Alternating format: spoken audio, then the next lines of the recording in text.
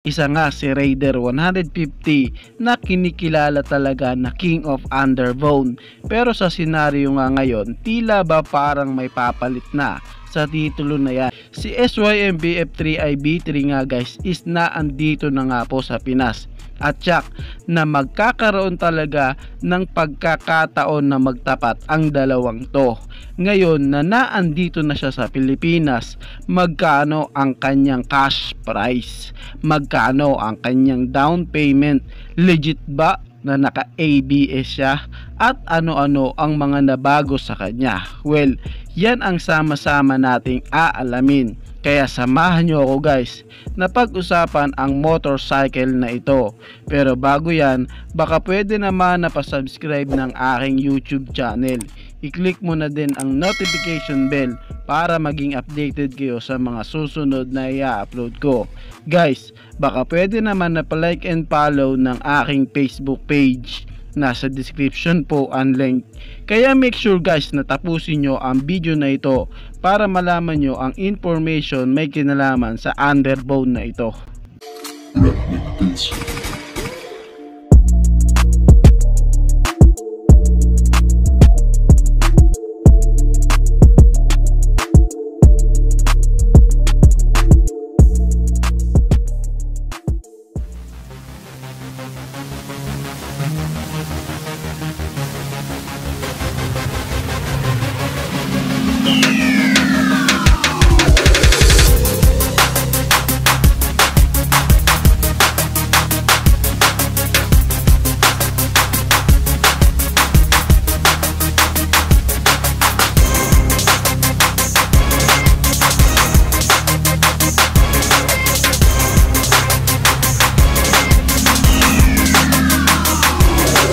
Finally nga guys, na andito na sa Pilipinas si SYM BF3i 185cc B3.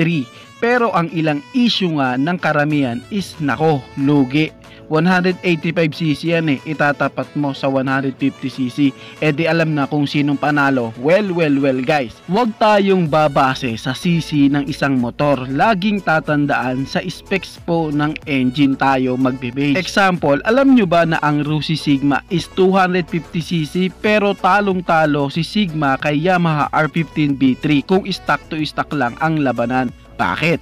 Kasi mas mababa ang specs ng engine ni Sigma 250cc guys compare kay Yamaha R15 B3 ni Yamaha na 150cc, and mas mataas ang power output ni Yamaha R15 B3 115cc compare kay Sigma 250cc. Ngayon sa senaryo kasi ni SYM BF3i 185cc and Raider 150cc FI, halos panapat talaga ang dalawa pagdating sa engine specs and power performance. Kaya yung iba nating mga kababayan na may alam at hindi lang bumabase sa cc ng motor, tsak na nauunawaan ng ibig kong sabihin.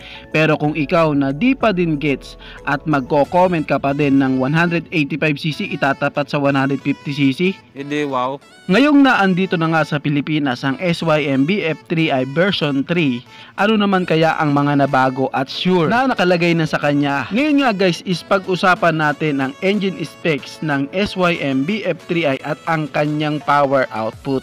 Ang SYM BF3i nga po na version 3 nga guys is kargada po ng 183 cubic centimeter engine displacement.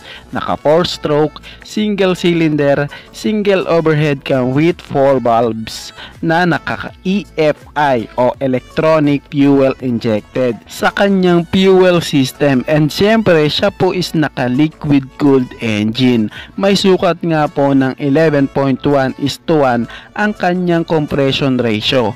Pagdating nga po sa kanyang power guys, dito nga nagkaroon ng malaking pagbabago na tipong pinakapakita talaga ni SYM na gusto niya na si BF3i ang maging king of underbone, kasi from 17.7 HP at 8,500 RPM na maximum power, ngayon nga guys is meron na nga po siyang maximum power na 19.7 horsepower at 9,000 RPM. At sa all version niya nga guys is meron po siyang maximum torque na 16.7 Nm of torque at 7,000 RPM.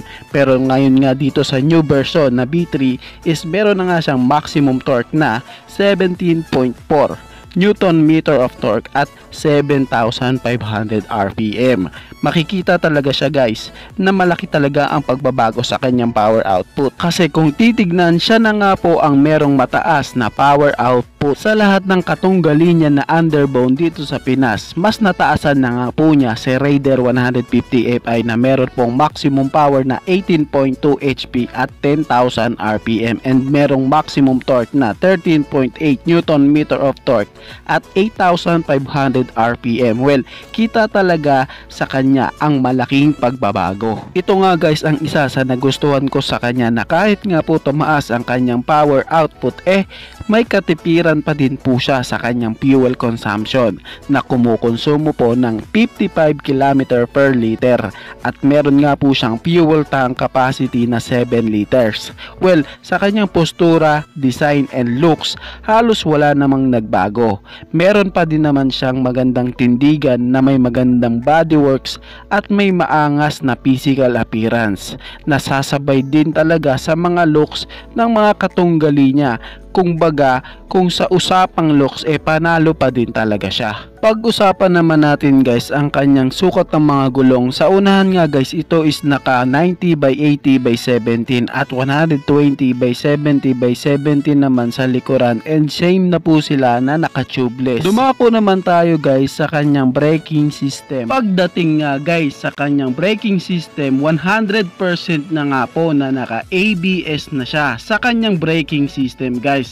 Naka disc brake sa harap and sa likuran, pero sa unahan lang po ang naka ABS o anti-lock braking system. And syempre pag-usapan naman natin ang kanyang presyo. Magkano naman ang kanyang cash price dito sa Pilipinas? Ito nga guys is nagkakahalaga po ng 119,800 pesos. Well, saktong presyo pa din guys kasi para sa isang hyper underbone na naka 185cc engine displacement, magandang body works, very compact na body pairings, may magandang quality, may malakas na power output and magandang braking system na naka ABS sa harap and disc brake sa likod, samahan mo pa sa more aggressive looking na talagang makikipagsabayan sa ibang underbone na nakikita nyo sa ngayon dito sa atin na mula sa ibang brand. Talagang sulit na ang 119,800 pesos.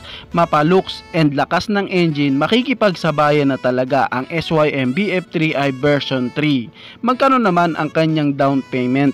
Ito nga guys is naglalaro around 10,000 pesos sa kanyang down payment. At sa mga gusto nga pong mag-avail ng hyper underbone na ito, magtungo lamang po kayo sa mga SYM outlet diyan sa inyong lugar at itanong at malaman ang kaukulang informasyon about kay SYM BF3i version 3. Ito na ba ang new King of Underbone? Napakagrabe naman at napakatindi naman guys mag-isip kung ito na agad. Well, hindi pa guys. Masasabi kong isa ito sa malakas na underbone and need niya munang patunayan sa lahat kung siya na ba talaga ang bagong King of Underbone. Masasabing malakas and maganda ang design ng underbone na ito at sa kanyang presyong murang-mura na guys para sa isang hyper underbone, si SYM BF3i 185cc version 3. Kayo guys, anong masasabi nyo sa motor na ito?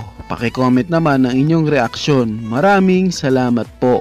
Bago matapos ang video na to guys, baka pwede naman napahingi ng isang like mula sa inyo bilang pagsuporta sa ating munting video. Maraming salamat po. So pwede mo na rin i-share para din malaman ng iba nating mga ka-rider. Sa tingin ko guys is dito ko na lamang po tatapusin ang ating vlog. I hope na nag-enjoy kayo sa aking hinandang video para sa inyo. Pinasisigla ko din kayo guys na i-subscribe ang aking YouTube channel. I-click mo na din ang notification bell para maging updated kayo sa mga susunod na i-upload ko. So dito ko na lamang po tatapusin. Maraming salamat po. Ichi boy. Thank you.